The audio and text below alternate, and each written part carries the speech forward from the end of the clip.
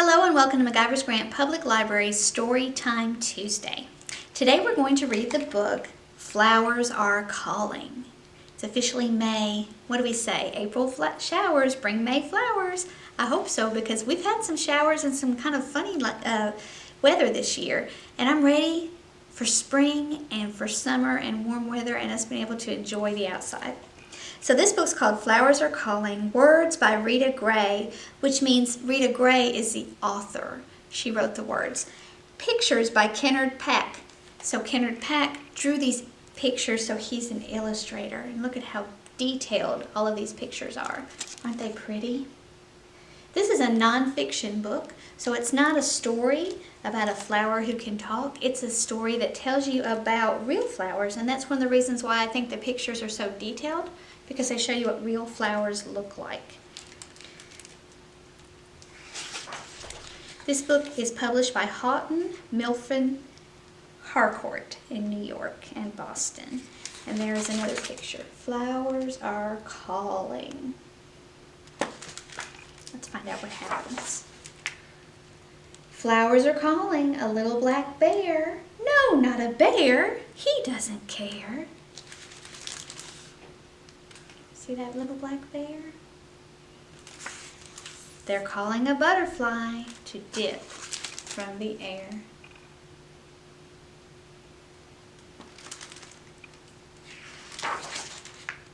Flowers are calling a wet green frog. No, not a frog. She likes her soggy bog. They're calling a bumblebee to look near their log. You see the butterflies come to the flowers and the bees come to the flowers. Do frogs come to the flowers? No, they're busy. Do bears come to the flowers? No, they're busy. Flowers are calling a porcupine. No, not a porcupine. She wouldn't take the time. They're calling a hummingbird to sip at their vine. Can you see the hummingbird? Hummingbird comes to a flower, doesn't it, and gets the nectar. Porcupine does not go to the flowers and get the nectar.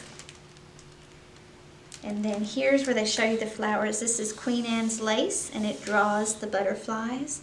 And this is monk shad, and it draws the bumblebees. And this is a trumpet honeysuckle, and the hummingbirds like that flower. Flowers are calling a loud blue jay. No, not a jay. He wouldn't stay. They're calling a honeybee to fly their way. There's some honeybees, and there's a blue jay. Flowers are calling a little moose. No, not a moose. What would be the use? They're calling a beetle to eat their pollen loose. Do you know that beetles help flowers too? Do moose? Does a moose help a flower? Flowers are calling a rabbit to stop. No, not a rabbit. It's not their habit to call a rabbit. He might grab it. They're calling a bee fly to visit their spot. There's a bee fly. So there's bee flies and honeybees and bumblebees. All kinds of bees that help the flowers. Then apple tree blossom calls honeybees, a magnolia calls beetles, and a violet calls bee flies. So if you want to have different different insects in your garden, like if you want butterflies to come, you could find some flowers that call to the butterflies. Flowers are calling a small brown snake. No, not a snake, for goodness sake. They're calling a pollen wasp with nectar to take. I'm glad they're not calling a snake. But there's a pollen wasp. Sometimes you have to watch these insects that like the flowers because they might sting, huh? Flowers are calling a fat raccoon. No, not a raccoon. He doesn't care for a white bloom or for sweet perfume.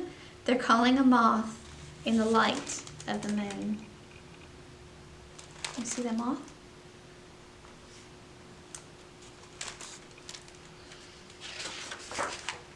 Flowers are calling a desert deer. No, not a deer. He can't even get near. They're calling a nectar bat to flap over here. This is in the desert. Can you see the cactuses? And the cactuses have flowers on them. And the deer can't get near the cactus because it has all those little spines and prickly things. So then there's a bat. And he's going to get the nectar out of the flower. He's made to get close to the cactus. So the blowout beard tongue calls pollen wasps, and the cardon cactus calls the bat, and the moonflower and Carolina sphinx moth. The moonflower calls the moth. Miss Vanessa got tongue-tied, I'm sorry. Flowers are calling a busy wren. No, not a wren. He's already seen them. They're calling some children to look again. Do flowers call you?